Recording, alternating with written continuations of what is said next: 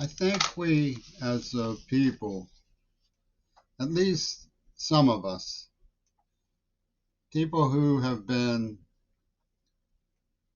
abused and live hard lives, and are still surrounded by the smiling faces who gaslight us, trying to um, legitimize their supremacy by testing our emotional stability after all of this abuse,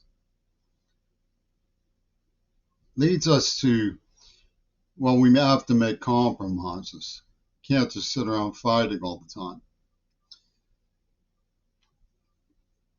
But we know that there's an injustice going on. I want to discount the crowd of people in um, America who single somebody out the way I have been, who just are sickening and they're violent and they poach. They say, oh, well, black people were subject to slaves, so if we can get away with making a slave of a white, let's do it. It doesn't matter if they're nice or have something to offer, have a right to a life of their own, which is what has been done to me. But maybe if you're like me in some ways, it will help you to think about. I'm trying to help myself think about this.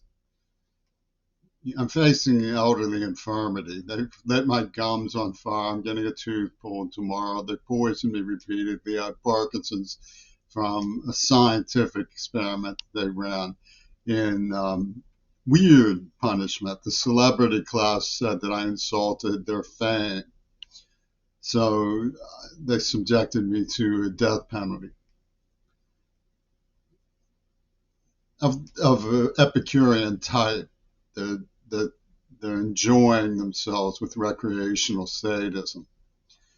And I'm faced with a scenario of going to a court of law. So, the fact that I'll probably fail because I don't have a lawyer representing me and don't know the procedures sort of wipes out the effort from the beginning. But in your mind, you think, what if I win? What if somebody sees the point to win? You realize you have to prove things. So here's my point.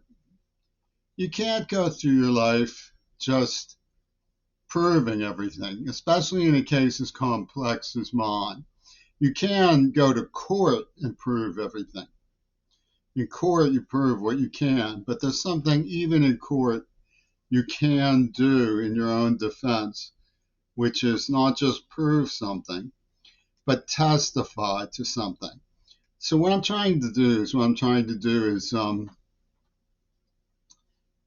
size up with the idea that there are certain things that I plan to continue to testify to. And there are things I'll continue to prove. When I testify to something, um, in conditions where I'm asked to prove them, I have the right to say I'm not attempting to prove this at this time. I'm testifying to its truthfulness, testifying to its veracity.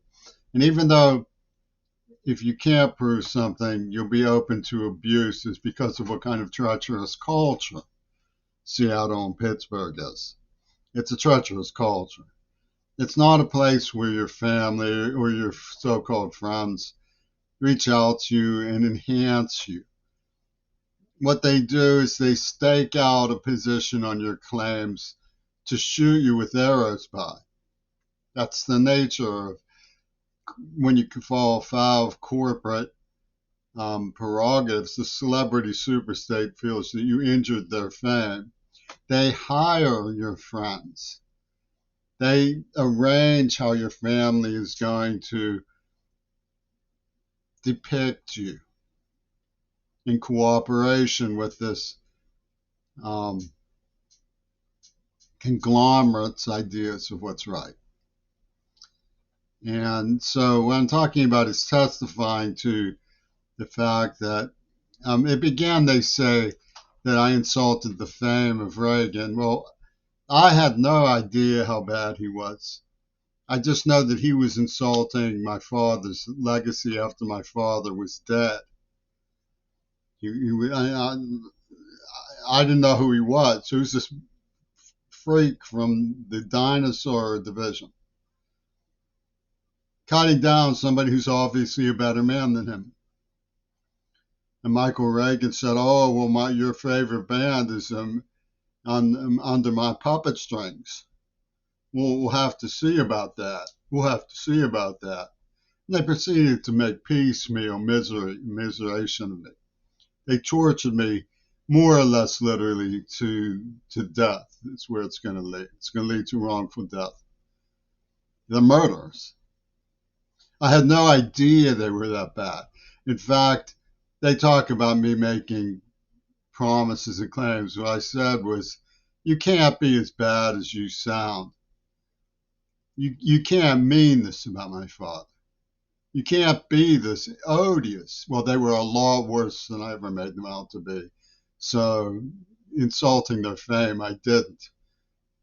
The lowest things I had to say about them were praise compared to what they are.